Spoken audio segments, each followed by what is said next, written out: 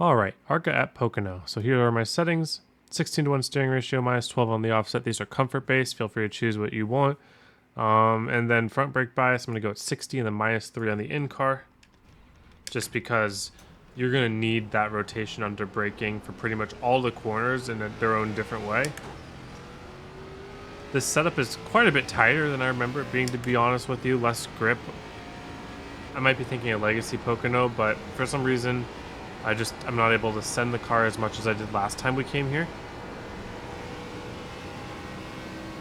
And because of that, I'm doing a little bit earlier entries than I'm usually used to doing, so that I can pick up the throttle still in that early portion. Turn 2 really doesn't turn as well as I'm expecting it to, so you got to stay on that brake a little bit longer. You see the car really has a hard time rotating in turn 2.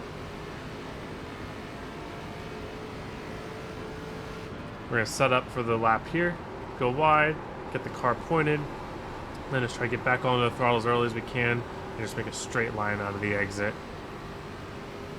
Could push that probably a little bit more.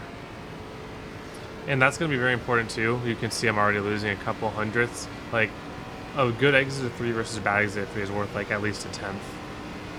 Okay, so we're going to set up wide here, break down in the corner, and then just try to hold it right on the yellow line. Then want to pick it up. Just try to drive it as straight off the corner as possible there. Then turn 2. What we're going to want to do is ride that brake just a little bit more than you're used to if you're used to like trucks or something. Get into the corner, get down that yellow line, then get that car rotating on exit. Turn 3 again, you don't want to overdrive this corner because we really want to be right on the bottom. So I'm letting it off, braking into the corner, keeping it down here, and then picking up the throttle.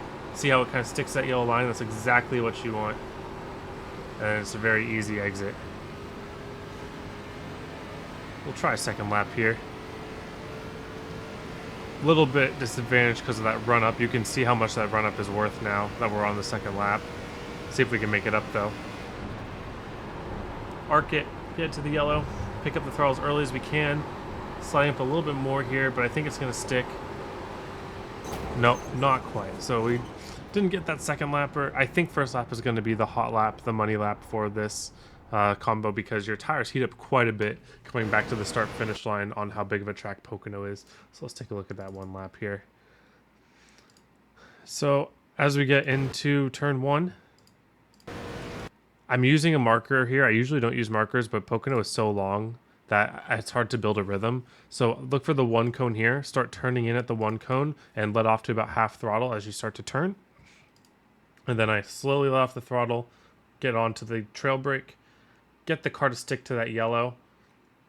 And ideally I want it, well, for a long run I would want it to stick to that yellow a little bit more. But for a hot lap, I'm okay with picking up the throttle and kind of forcing it off the corner. You can see that the exit's pretty wide. You have a little bit of room to play with. So as long as you make it to that yellow about halfway through the corner, you can pretty comfortably pick up that throttle. An even better option might be to apex a little bit earlier if you're able to rotate on the right rear and get on the throttle even earlier. But this setup, it's pretty hard to do that. Maybe the track temperature will be different from this session to your sessions, so think about that. Okay, turn 2, after a long time. Again, I'm looking for the 1 cone. Start turning in at the 1 cone. Smooth off throttle. Trail brake from about half the track width up, all the way down to the bottom. Really get that car on the yellow line. You do not want to miss this corner. Right on the yellow line, and then as soon as your rear starts rotating under throttle, that's when you can go full throttle. A lot of people are going to apex this too early and hit the wall. A lot of people are going to force throttle too early and it'll slide up more than they think that it should, and it'll hit the wall. So you just want to make sure that your steering wheel is like almost straight as you're getting off the corner, because that means that your rear is rotating the car, not your steering wheel. Turn 2 does not take kindly to handling tight. Okay, turn 3. I like to enter this a little bit earlier than most people. I turn down the hill. Again, half throttle, kind of easy let out. Trail brake down to the line. I want to almost meet the curb when it begins. So I meet the curb when it begins, and that kind of tells me that I am where I want to be, and I can force the throttle pretty much. you know that you have a great corner if it's not sliding up under throttle. If you'll find very commonly you're gonna get on the throttle and the car will just say, okay, I'm gonna slide up the track now. For both long run and hot lap, it's in your best interest for the car not to slide up the track under throttle. Easier said than done, but I think if you take it a little bit easier on entry, make sure that you use your trail brake to get all the way down there and meet the curb when it begins. Should be pretty consistent to get that. We'll do a couple long run laps. Not much. I have not a ton to say about long run here because I personally, when I run a 20 lap ARCA race here, which is what it is, I just run as hard as I can within my limits. So what are my limits? I don't want the car to feel tight under throttle. I don't want the rear to kick out. I don't want to have any of those loose moments. I don't want the car to plow tight ever. As long as I stay within those boundaries, I don't do anything extra to save my tires in 20 laps at Pocono.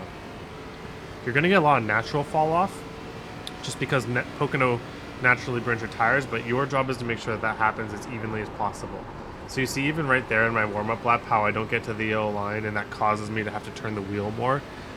Pocono saving tires is just as much about getting to your line as it is doing the right tire saving things. You can do the right tire saving things and not get on the correct line and you're just still going to destroy your tires. And you'll probably be slow too because Pocono doesn't really have more than one fast line. Maybe middle works in turn one, but other than that, like, it's pretty set in stone.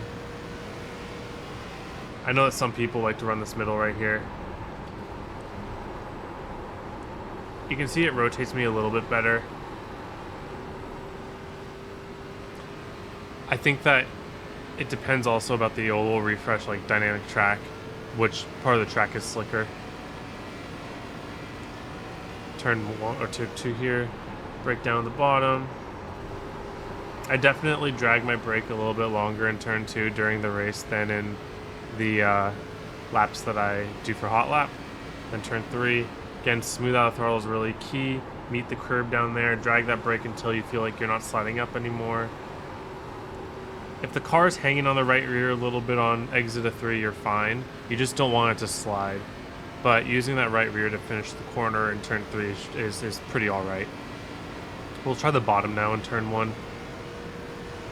I think the bottom and middle honestly aren't that different from each other.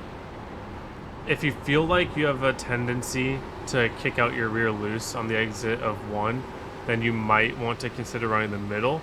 But otherwise, I think that going to the bottom is going to save a little tiny bit more right front in the long run naturally. And so that'll give yourself a little more of a cushion. Turn 2 is always my horrible turn. I have a hard time getting it where I want it to go consistently. That was pretty fine, but I underdrove that quite a bit. Turn 3, smooth out of the throttle. This is the money turn. Such a long straightaway after this turn. You got to get on that gas as early as possible. Ride it on the right rear if you have to. Whoa. Oops. I grabbed the wall. Yeah, and that's easy to do.